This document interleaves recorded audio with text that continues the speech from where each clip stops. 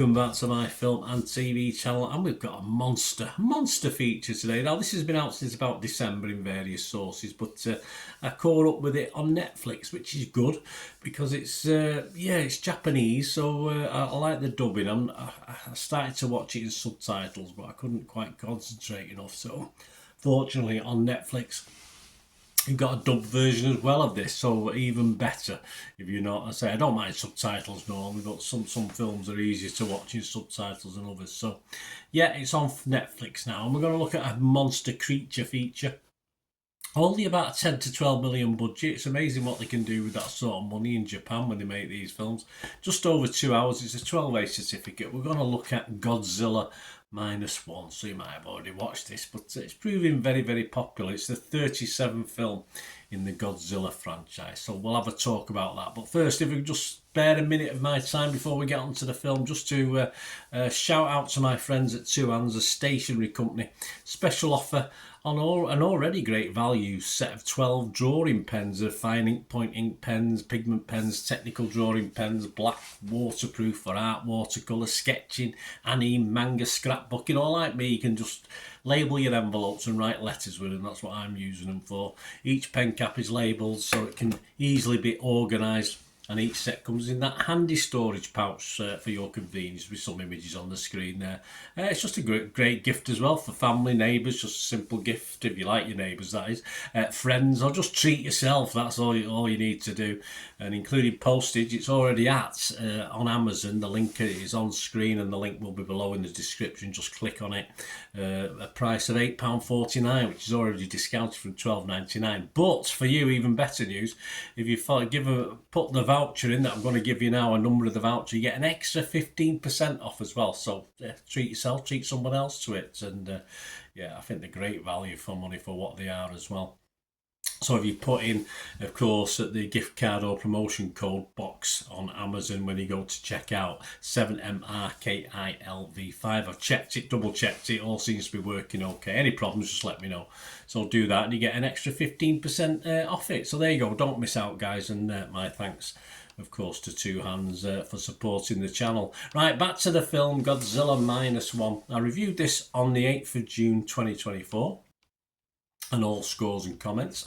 The film stars, I will try to pronounce these, my apologies to the people if I get them totally wrong. Ryunosuke Kamiki, Minami Hamabe, Yuki Yamada, Munetaka Aoki, Hidetaka Yoshioka, Sakura Ando, and Karensuke Sasaki. Okay, I didn't do too bad, I don't think. I probably murdered it, but there you go. It's set in post-war Japan, as you'd expect with Godzilla. It follows a former kamikaze pilot suffering from post-traumatic stress disorder. Wasn't there a kamikaze famous one who went on 13 missions or something like that?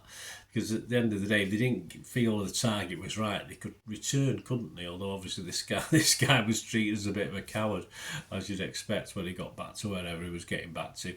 Anyway, after encountering a giant monster, of course, Godzilla, this guy's PTS didn't improve very much, did it? But this is a story based, a little bit of a personal side to it as well as fighting the monster. Its box office earnings make it the most successful Japanese Godzilla film ever, so that can't be too bad, can it? For the 37th try. Yeah, I'm not going to claim I've seen all 36 Godzilla movies. I certainly haven't. I've probably seen less than 10 in fairness before this, but as ever, these Japanese produced monster movies are just a fun watch. It's just like a heart back to the old sci-fis. It's like me going to the Saturday morning pictures when I was a kid. If you're young, you won't know what I'm on about, but it's just sort of entertainment on the screen, and there's nothing wrong with that. It's just pure entertainment. Away from our giant lizard, of course, as I said, the personal stories fill in the gaps okay, not too bad, with a happy ever after finale, which is what we all want as well. And despite the 2024 production, it has an older feel to it. Yeah, it just feels there's nothing wrong with that. Nothing wrong with that. It just feels like the old-fashioned sci-fis from even the 60s and 70s. It does have, obviously, if you heart back to the original Godzillas, etc., it does have that sort of feel, although, of course, even $10 to $12 million budget, it looks far more impressive. Some of the CGI is quality. I love the chase. There's a chase with a boat and the Godzilla behind it, and that was one of the highlights of the film for me. I loved that. I'm not into car chases, but monsters chasing boats, I'll take that all day long. It doesn't quite fill the 2 hour plus runtime fully for me. It does get a bit wordy at times. Perhaps 20-30 minutes off it would have been a tighter, better film for me. Get rid of some of the waffle and say not all the personal stuff, but some of it we could have done a little bit without. But good fun in the main. I liked it. Yeah, I'm going to be positive on this. As I say, I think it's done very, very well. I'll be fresh on Rotten Tomatoes, be positive on Metacritic. I'm going to give it a 7 out of 10, which is very, very good. Rotten Tomatoes give it an 8.4 out of 10. That's 98% positivity from their 190 critics. So not many disliked it at all. The consensus read, with engaging human stories anchoring the action, Godzilla Minus One is one kaiju movie that remains truly compelling between the scenes of mass destruction. Yes, I love it. Great action scenes of destruction, etc.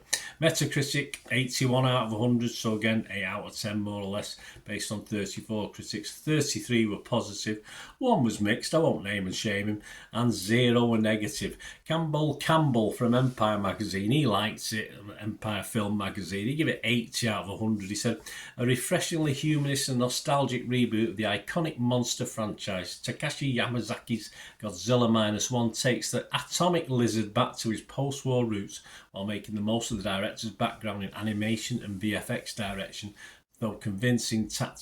through convincing tactile and classic design work. Yes, couldn't have said more myself. Metacritic users, the public, what do they think? Well, Metacritic users like it, 8.3. Rotten Tomatoes audience, 4 out of 5, 74% positivity. And Internet Movie Database, yeah, a lot of, I can't remember how many reviews are, a lot, thousands of reviews, about 12,000 I think from memory, 7.8 out of 10. So there you go. That's not bad, is it? It all looks good for Godzilla Minus One. Let's hope for Godzilla Plus One. No doubt there will be.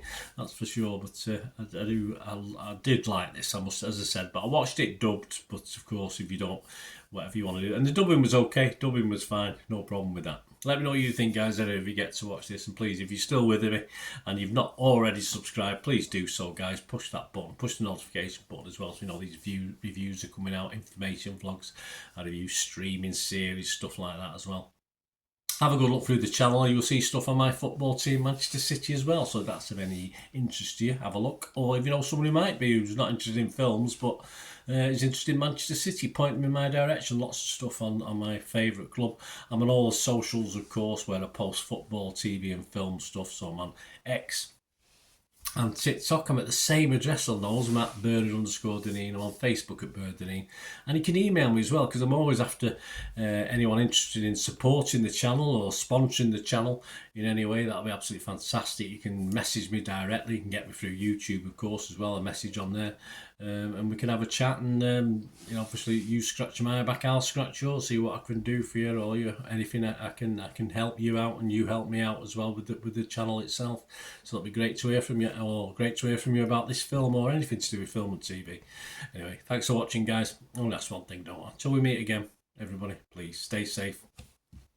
Bye for now.